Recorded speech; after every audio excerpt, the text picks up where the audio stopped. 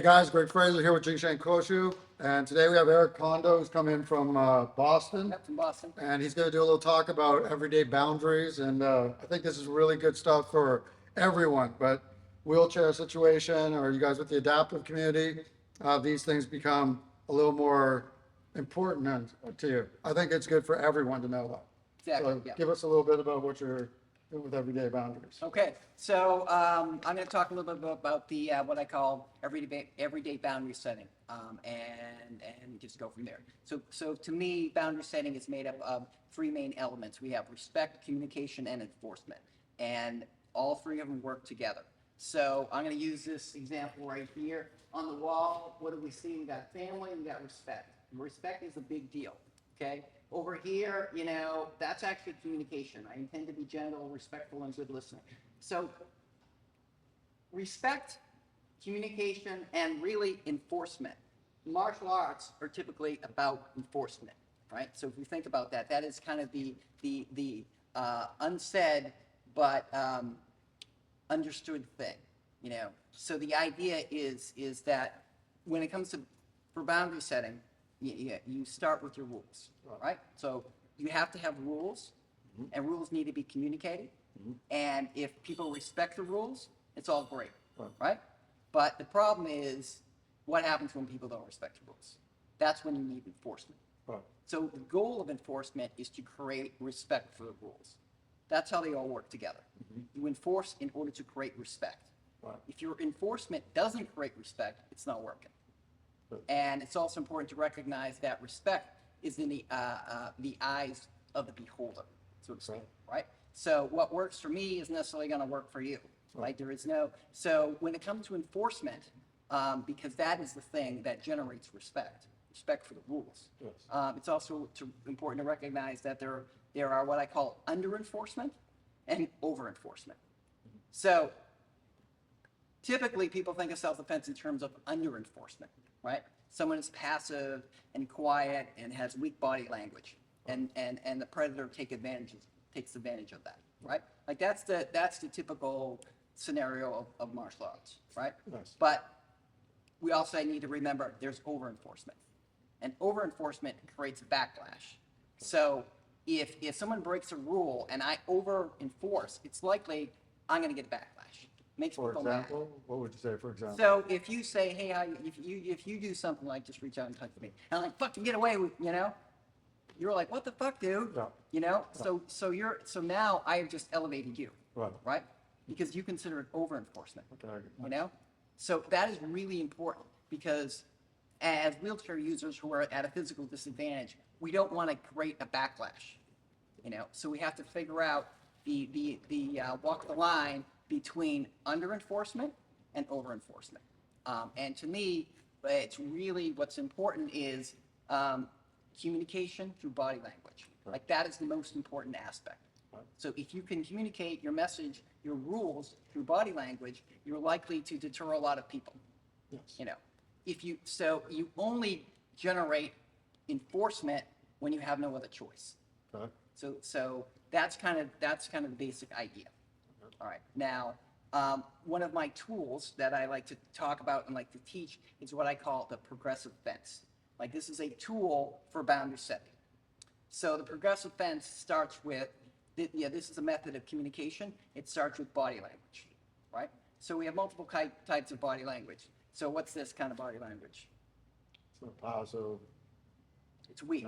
Weak. Yeah. Right. It's weak. So why do people engage in weak body language?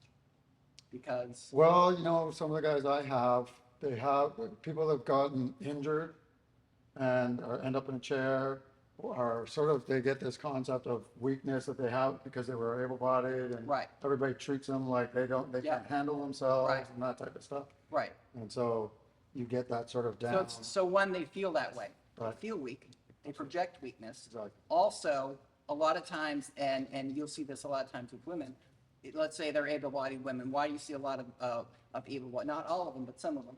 Why do you see them engaging in that type of body language?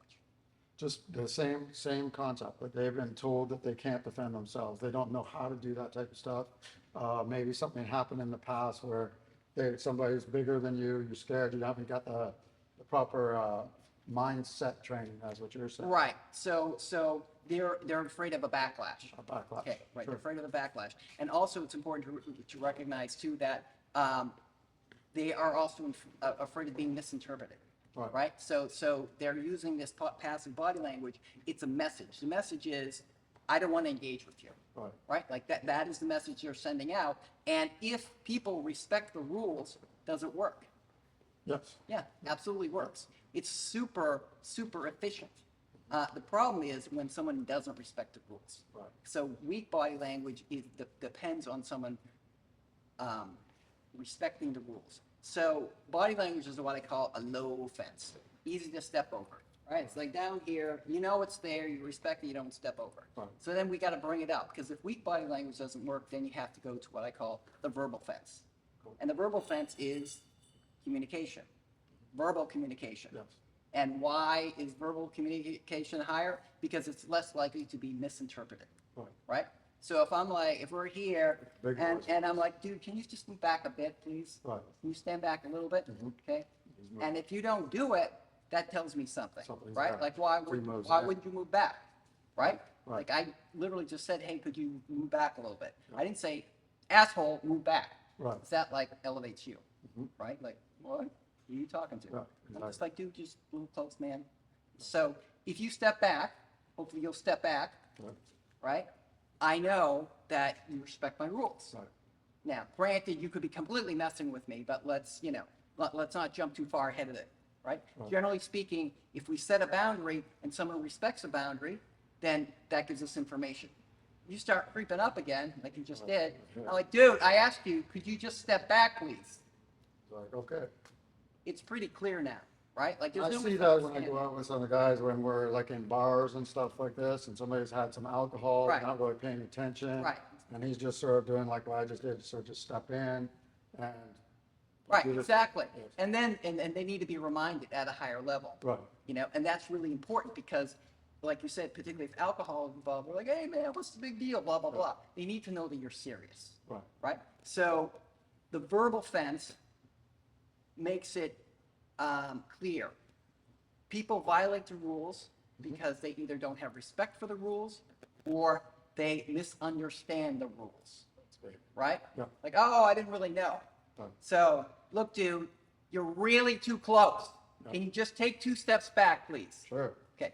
Yeah. Is there any misunderstanding of the rules? No, and I like No. the eye contact that you do as well with that. Right. So I'm not looking over here. Right. I'm telling you very specifically. Okay. And so now there's no chance that you misunderstood. Right. Right.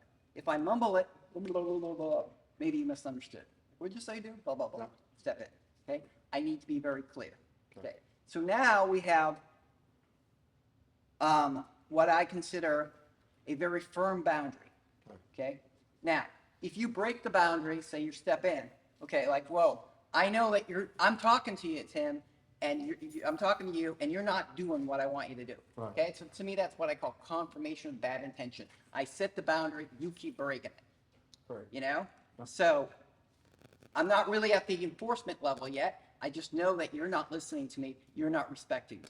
Okay. So I'm now amping myself up. All right. So again, this is where we have to think about enforcement, physical enforcement. Right. Okay. Now, the third level, okay, is the physical fence.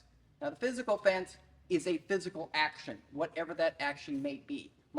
So a physical action for me could be to just say, I'm out of here, look, Right. not interested in this anymore. I'll see you later. Right. Okay? That's a physical action. Now, if you stay there, it's all good. Right. Right? The thing is, that doesn't work because you're more mobile than me. Right? It's a fact. Okay, if you're in a chair, somebody else who's not in a chair, and they're able-bodied is more mobile. You're more mobile, faster runner. You can run around. You can do all that kind of stuff. Sure. So I'm not going to give you my back. But this is the next aspect. Everyone's like, okay, when do you go physical? When do you go physical?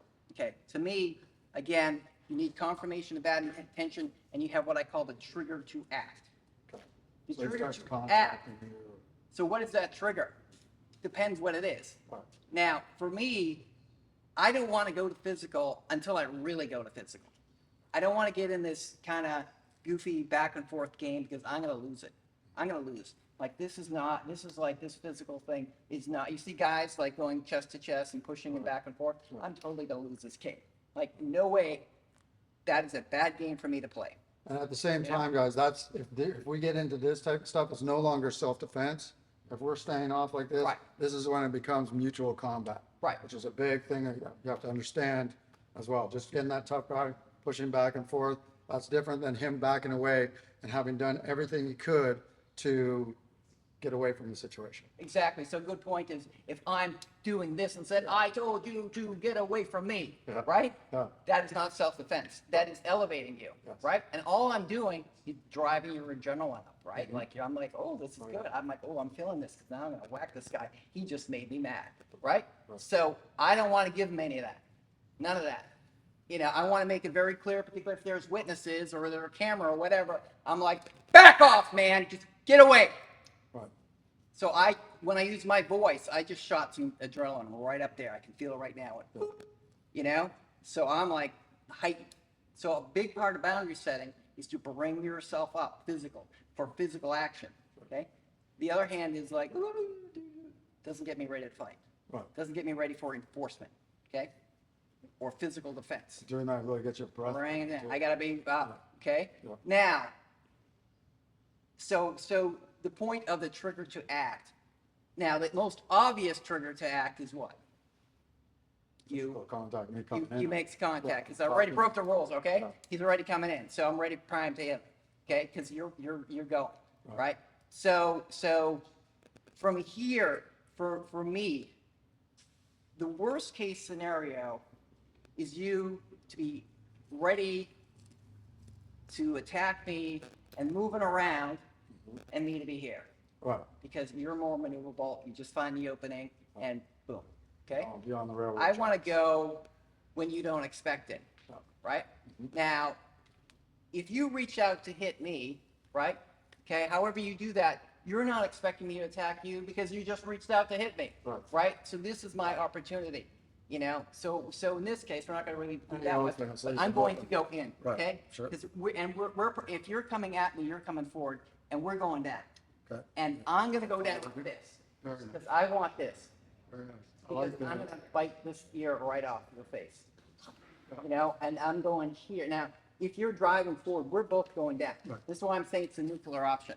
So I like this trap where he's using the inside of the elbow rather than just grabbing with the wrist and the hand. He's really got me hooked in there. So he's attached his body to me. Right. So my one opportunity is when you come in. It's not when I did this and you came back and forth, you Right. know, and so forth. It's not that. That being said, there's been I've had multiple situations where someone has come in and I back them off with like that. Back off, right? Sure. I'm right here. Right. Okay? Because one of the things that does is, again, either you back off or you come in hard. Right. And the thing is, I kind of rather you came in hard. Yeah. Reason why I want you to come in hard is because we're going over. Yeah. And I don't get stuck.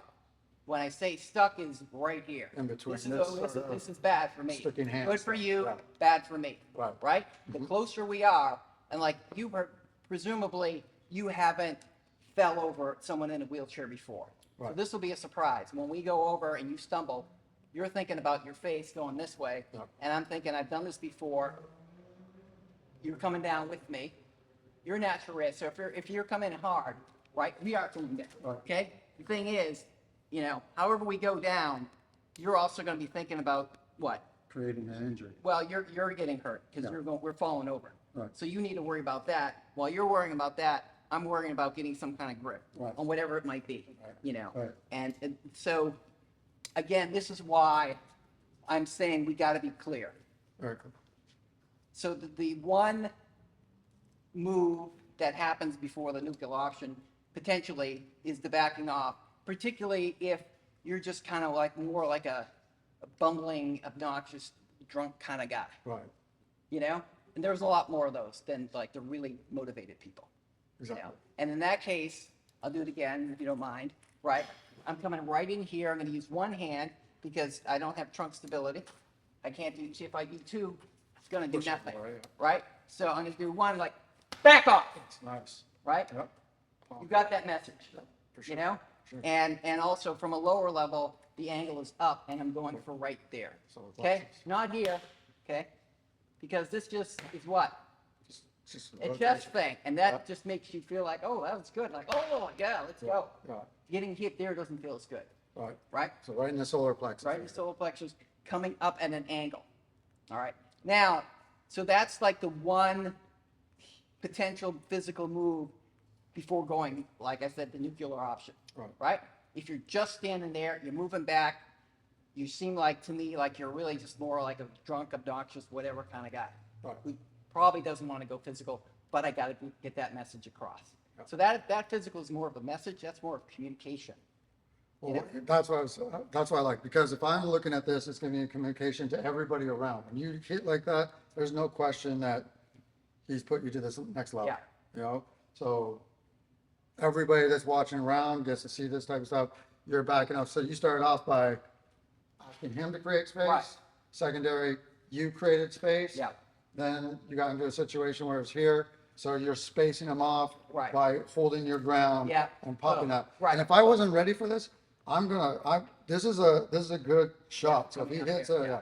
boom right there, this will take a lot of people's breath right away. Right. Yeah. So I agree with that. That was a nice synopsis of what I'm trying to say, and I appreciate that because that is good for you to explain it from your side. Right. Right.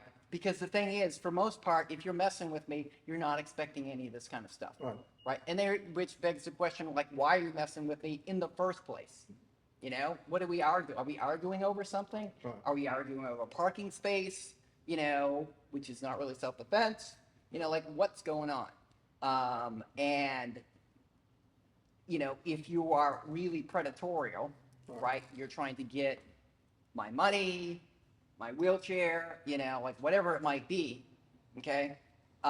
It doesn't really behoove you to be so obvious about it and get in direct confirmation, right? It makes a lot more sense for me to just be not paying attention and for you to just, Boom. bang, Just dump. right? And get what you want, right? So exactly. I've had 3 of my guys just here. It's a popular thing down in San Diego where they come in, dump the chair back, Yeah. pull the backpack off, Right. or try to get to the back. Or with some of the girls that they've done is he doesn't have the handles here, Yeah. but they can just get a hold of these handles and just start rolling you to a secondary location. Right. But you're in a lot of trouble if you get into that. Right, situation. and I think that's a great, great stories, because what I know is there's a lot of guys in chairs Yeah. who carry weapons, guns in a bag or under their chair. Yeah. In my opinion, it makes no sense, because there are a few things easier in life than pushing a wheelchair user out of their chair, particularly if they don't expect it. Right.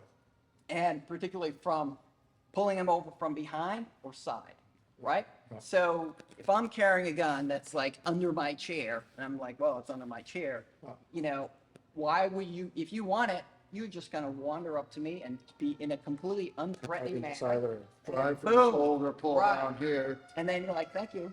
little too late. Yeah. Exactly.